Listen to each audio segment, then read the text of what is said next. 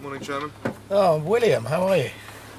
Oh, lovely to see you, mate. How are you? Yeah, I'm great. Really good. Thanks for picking me up today. It's my pleasure. Yeah, you're a bit late though. Yeah, well, that's not unusual, is it? No, I'm used to that by now.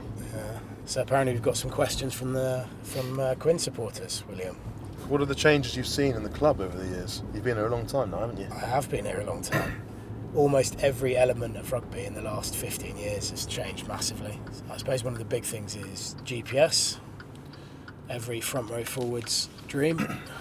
We basically get tracked in everything we do, how far you run, how fast you run, maximum effort, all those sorts of things. Which means there's no hiding place, which is a good and bad thing, but I suppose it's good from the way that they look after us and stuff. Just get on the horn, mate. No, Will. Naughty Will. So yeah, I remember you had a good head of hair. Beard was as strong, wasn't it? Or maybe not quite as long. I think the beard's probably more developed these days. I've had to invest in it more. Yeah. Because obviously the hair's disappeared fairly rapidly, so... Yeah, I think you look better these days, to be honest. Stop it. Growing into it. Stop it, you're too kind. Mark, can you tell us about the work you do for the Harlequins Foundation and the RPA, which you are the chairman of? This is an actual question. Yeah, I know, I've just seen. Yeah, I mean, I'm one of the oldest boys in the squad now. I was the oldest, but thanks to Nicky Gonover, he's put me back into second, which is lovely. You get a bit older, you start thinking about what the future holds, and I've always been interested in what goes on generally in Quins as an organisation, and through visits to India and working with the foundation more generally. I really like the charitable side of things, and then the RPA side of things, something I've been doing for 7 years. Just fighting for the players. Fighting for the players. So Mark, what is your favourite Quins memory?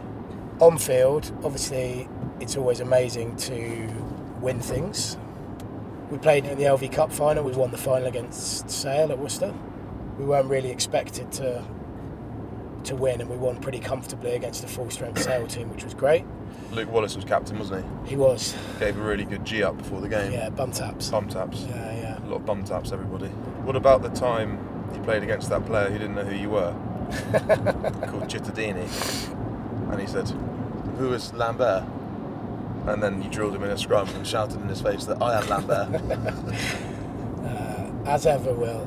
That was a great moment. Just sprinkling a little bit of spice onto these conversations. It's not far off the truth, though.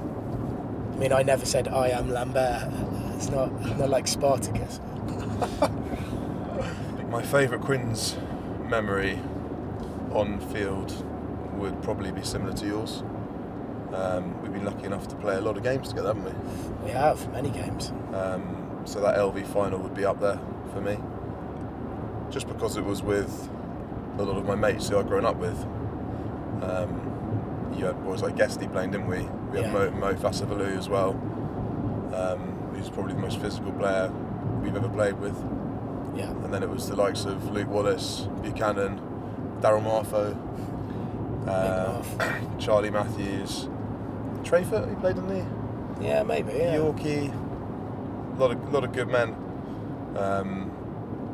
It was just a great buzz, wasn't it?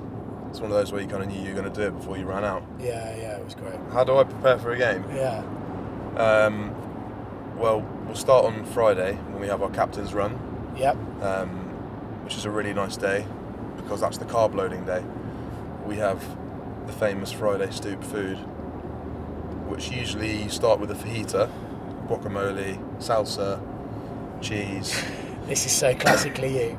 How do you prepare for a game when you're just talking in great detail about food? Well, nutrition is key, really, isn't it? Nutrition is key. When you have the small margins in professional rugby, I think nutrition's the one thing. Yeah, if you don't get that guacamole in, then...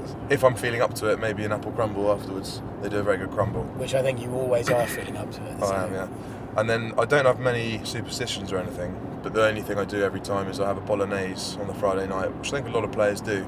Yeah. Yeah, but I know like Nick Evans, for example, was exactly the same. He had bolognese every night of his whole career, I think, before the game. It's been smooth, but very slow. He's a very slow driver, and given he was late picking me up, I was hoping for a speedier journey. I'm a very safe driver. Thanks for the lift, Mark. My pleasure.